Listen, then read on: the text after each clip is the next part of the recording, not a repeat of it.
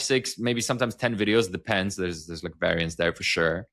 Then it pulls the transcripts from each video, analyzes those transcripts, pulls all of that like into its file management system, and then it has all of it. So it's like, hey, you're this type of channel, you make this type of videos, here's the performance, here's the numbers that I see. It doesn't see in the back end if you don't log in, but it just has a whole different level of motivation.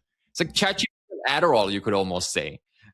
Like, it just goes. That's interesting. And then I guess the big idea is for those that are more sophisticated with AI, they could go do that manually. But even that, like the fact this is happening in seconds now, once it's set up, where I can go pull a transcript, copy that one, move it over. I mean, it might only take 30 seconds, but if I'm going to pull 5, so it is just, it can scan the whole channel, pull data off the pages, look at the transcripts. It also could do that continually while you're sleeping, right? Exactly. So this is where we start. This is where we start getting people comfortable with this idea of like an AI that does. But then it goes further because, one, you can schedule tasks to happen at certain times. We call this cron jobs in OpenClaw. So you can basically say like, every Friday, I want you to look at my channels and pull all new YouTube video transcripts and put them in your folder with my video transcripts, right? And then you could do other things with it, right? Automatically. So this is one important modality that you can kind of like schedule tasks out.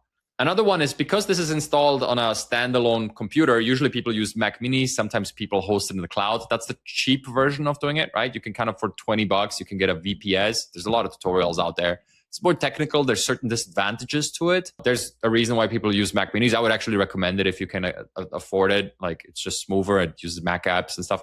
But the point is, it just runs on this Mac Mini. You can schedule tasks out, and it's very motivated, and it does things. And ultimately, you're going to start plugging other apps into it and giving it more access. So like, first thing I did was give my OpenClaw its own email account.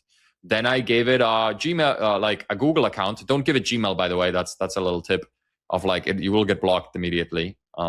But if you give it just a Google account, you can use Google Docs and Google Sheets. And all of a sudden it has an email and has Google Sheets. Then I gave it access to my Notion API. So all of a sudden it could create databases. It could edit pages that I give it access to and more. And all of a sudden, as the name suggests, you kind of have this claw that just goes in and grabs things and does things for you with what's essentially ChatGPT behind it. And is the LLM behind it actually Claude or something entirely different? It's Claude. So usually people get the best results. Also, that's the one that I prefer, is Opus 4.6. And here's the issue. Like, if you really go crazy and you start getting into it and you spend like 6 hours on there and experiment and try different things, all of a sudden you paid $100 or $200 for that day of Claude Opus 4.6 usage. Because there's a cost that people are doing this. They're basically running credits or tokens. Yeah, this is the big downside. Now, there's one way around that. There's a certain trade-off, but you can use what is called OAuth, which is basically just using your Claude account to log in and then running off of those tokens. It's technically against their terms of use. People still do it. And also you have the big trade-off that you get a smaller context window. For anybody not familiar, every AI, every LLM like ChatGPT out there has a certain amount of like memory before it gets amnesia, right? So in ChatGPT, this is 256,000 tokens, which is, I believe it's roughly like 180,000 words. Now with Opus 4.6, it's 1 million. So it's a lot. You can fit like books in there. And this is really powerful because as you talk with it, like imagine you work with a coworker and they just forget what you say every 5 minutes. Like that would not be a very productive relationship, right?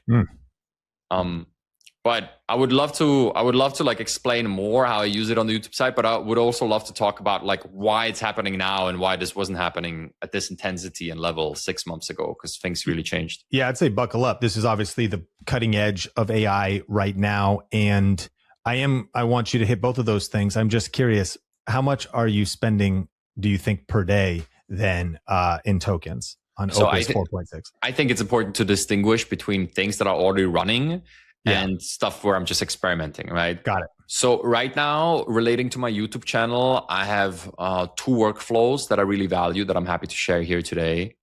One of them is a research workflow and another one is a packaging workflow. And those just running, I think it's the research workflow runs twice a day and the packaging workflow runs twice a week. That in total runs up a bill of like $100 a month roughly in API costs. So it's not that tragic. It's like $100